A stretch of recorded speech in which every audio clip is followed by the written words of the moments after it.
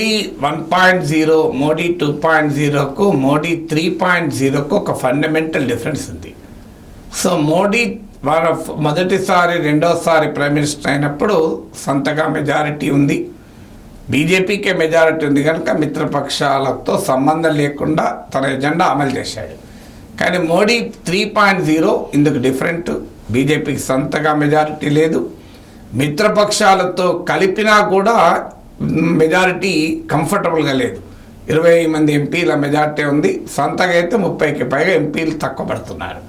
అందువల్ల అనివార్యంగా తన మిత్రపక్షాలను కాపాడుకోవడమే కాదు, ఇంకా కొత్త మిత్రపక్షాల కొరకు వెతుక్కోవాలి. సహజంగానే మిత్రపక్షాలు ఆపరేట్ అయ్యే పొలిటికల్ ఫీల్డ్ వేరు.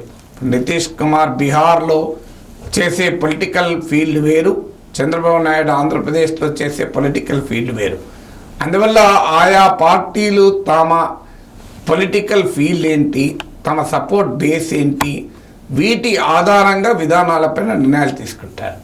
Modi support base, Modi political field వేరు, ఈ పార్టీలు వేరు. అందుకే ఈ డిఫరెన్సెస్ మొదలయ్యాయి. ఆల్రెడీ జేడీయూ అగ్నిపథ్ స్కీమ్ పైన తన విమర్శలు మొదలుపెట్టారు. అగ్నిపథ్ స్కీమ్ ఏంటంటే ఆర్మీ రిక్రూట్మెంట్కు పెట్టిన కొత్త పథకం.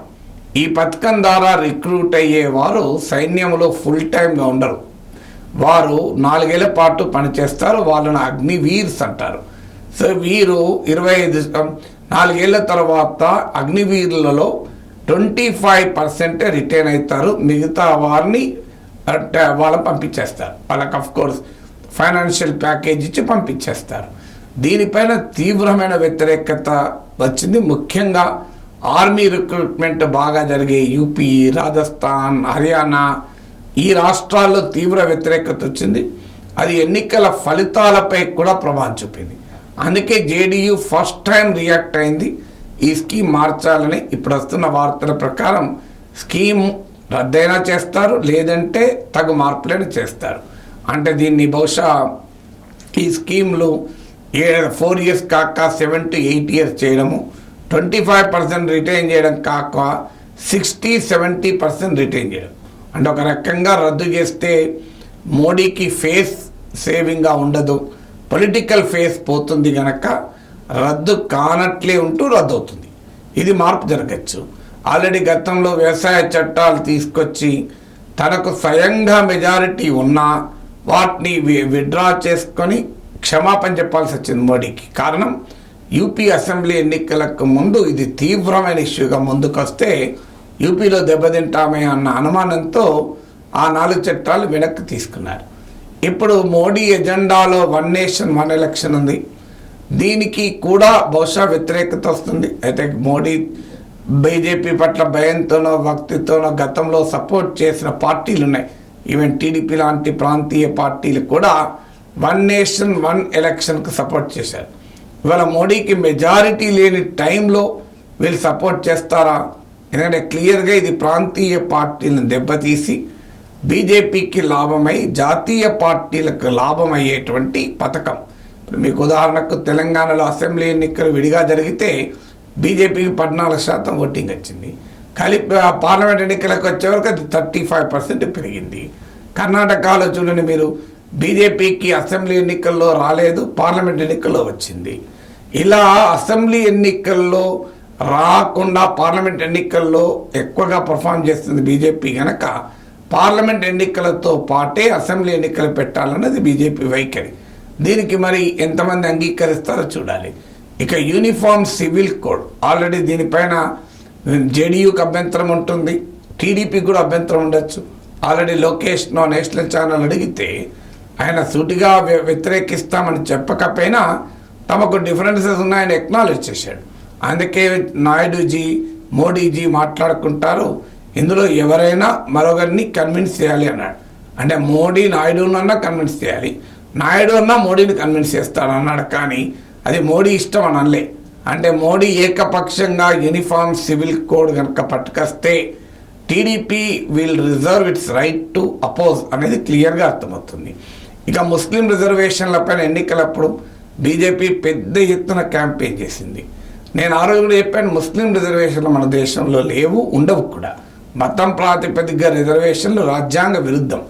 అయితే వెనుకబడిన వర్గాల వారు ముస్లింలు ఉన్నా వారి మతం కారణంగా రిజర్వేషన్ కోల్పోదు. ఇది బేసిక్ ప్రిన్సిపల్. దీన్ని కూడా మేము రద్దు చేస్తామని బీజేపీ చెప్పింది. ఎన్నికలకు ముందే టీడీపీ డిమార్కెట్ చేసుకుంది. ఇప్పుడు తాజాగా ఎన్డీటీవీ ఇంటర్వ్యూలో నేను నిన్న కూడా మాట్లాడాను. లోకేష్ చాలా సూటిగానే చెప్పాడు, మోడీ దీన్ని తుష్టీకరణ అపీజ్మెంట్ అని అంటున్నారంటే కాదు, ఇది సోషల్ జస్టిస్ అని చాలా క్లియర్గా బీజేపీ అప్రోచ్ ఏంటి ఈ ముస్లింలో ఉన్న వెనుకబడిన వర్గాల రిజర్వేషన్ల పైన టీడీపీ వర్షన్ ఏంటనేది మాకు అర్థమైపోయింది. టీడీపీ దీన్ని సామాజిక న్యాయం అంటోంది, బీజేపీ దీన్ని సంతుష్టీకరణ పాలిటిక్స్, బుజ్జగింపు రాజకీయాలు అంటోంది. అందువల్ల అక్కడ క్లియర్ తేడా కనబడుతుంది. క్యాస్ట్ సెన్సెస్కు నితీష్ కుమార్ ఆద్యుడు. బీహార్లో క్యాస్ట్ సెన్సెస్ జరిపాడు కూడా ఆయన కాంగ్రెస్ ఆర్జేడీతో కలిసి ఉన్నప్పుడు. జాతీయ స్థాయిలో కాస్ట్ సెన్సెస్ జరపాలి అని మోడీ దగ్గరికి రిప్రజెంటేషన్ కూడా తీసుకెళ్ళాడు. ఈ చిత్రం ఏంటంటే బీహార్ బీజేపీ కూడా దాన్ని సమర్థించింది. కానీ నరేంద్ర మోడీ ప్రభుత్వం కాస్ట్ సెన్సెస్కు వ్యతిరేకం. ఎందుకంటే క్యాస్ట్ అనేది ముందుకు వస్తే తమ హిందుత్వ పాలిటిక్స్కు ఎఫెక్ట్ అవుతుందని యూపీలో అనుభవం కూడా ఈ ఎన్నికలు బీజేపీ చూసింది. అందువల్ల బీజేపీ క్యాస్ట్ సెన్సెస్ వద్దంటుంది, నితీష్ కుమార్ క్యాస్ట్ సెన్సెస్ కావాలంటాడు. సో ఇలా ఒక్కొక్క అంశము క్లియర్గా ముందుకు వస్తుంది. ఒకవేళ హిందీని రుద్దేటువంటి ప్రయత్నం మళ్ళీ చేశారనుకోండి, ఖచ్చితంగా తెలుగుదేశం పార్టీ దాన్ని వ్యతిరేకించాల్సి వస్తుంది అనివార్యంగా. తెలుగుదేశం పార్టీ కాదు, మీకు సౌత్ ఇండియాలో ఉన్న బీజేపీ ఎంపీలు కూడా అంతర్గతంగానే వ్యతిరేకించే పరిస్థితి వస్తుంది. అలాగే డీలిమిటేషను, తర్వాత రాష్ట్రాలకు నిధులు, ఇది ఇప్పటి వరకు 1971 సెన్సెస్ ప్రాతిపదికగా ఉంది. ఇటీవలనే రాష్ట్రాల నిధులకు 2011 సెన్సెస్ కూడా తీసుకుంటున్నారు. దీనివల్ల సౌత్ ఇండియన్ స్టేట్స్ భారీగా దెబ్బతింటున్నాయి. ఫైనాన్షియల్గా దెబ్బతినడమే కాదు, ఇప్పుడు త్వరలో పొలిటికల్గా కూడా దెబ్బతినబోతున్నాయి. 2026 డీలిమిటేషన్ జరిగితే సౌత్ ఇండియా పొలిటికల్ రిప్రజెంటేషన్ తగ్గుతుంది, నార్త్ పెరుగుతుంది. దీన్ని మరి టీడీపీ లాంటి పార్టీలు అంగీకరిస్తాయా? ఎందుకంటే తమ రాజకీయ ప్రాబల్యం తగ్గడాన్ని ఏ సౌత్ ఇండియన్ పార్టీ యాక్సెప్ట్ చేస్తుంది? ఒత్తిడి రాదా? సో ఇలాంటి ఇష్యూ ప్రభుత్వ రంగ సంస్థల ప్రైవేటీకరణ ఉంది. ఆల్రెడీ లోకేష్ ఎన్డీటీవీ ఇంటర్వ్యూలో చెప్పాడు, మా ఇష్యూస్ మాకున్నాయి అంటూ విశాఖపట్నం స్టీల్ ప్లాంట్ కూడా ప్రస్తావించారు. జనసేన పవన్ కళ్యాణ్ నేరుగా విశాఖ స్టీల్ ప్లాంట్ పరిరక్షణ పోరాటంలో పాల్గొన్నాడు. అందువల్ల ఇవాళ దూకుడుతో విశాఖ స్టీల్ ప్లాంట్ ప్రైవేటీకరిస్తామంటే టీడీపీ జనసేన అంగీకరిస్తాయా? ఇలా మోడీ ప్రభుత్వానికి ఒక రకంగా పెద్ద అడ్డంకులు, స్పీడ్ బ్రేకర్లు మొదలయ్యాయి. అనేక కీలకమైన అంశాలు, తమ ఎజెండాకు ఉపయోగపడే అంశాలను ఇప్పుడు వెనక్కుపోక తప్పదు. ఎందుకంటే ఇప్పటిదాకా ఎలక్షన్స్లో మనం చూసాం భయంకరమైన యాంటీ మైనారిటిజం, దీన్ని రెచ్చగొట్టి హిందూ ఓట్లను ఆకర్షించాలని చూసింది. అందులో పూర్తి సక్సెస్ కాలేదు. కానీ ఈ హిందూ ముస్లిం పాలిటిక్స్ను జేడీయూ లాంటి పార్టీలు, టీడీపీ లాంటి పార్టీలు, జనసేన లాంటి పార్టీలు ఎట్టి పరిస్థితుల్లో అంగీకరించారు. ఎందుకంటే వాళ్ళ ఓట్ బేస్లో కూడా మైనారిటీలు ఉంటారు.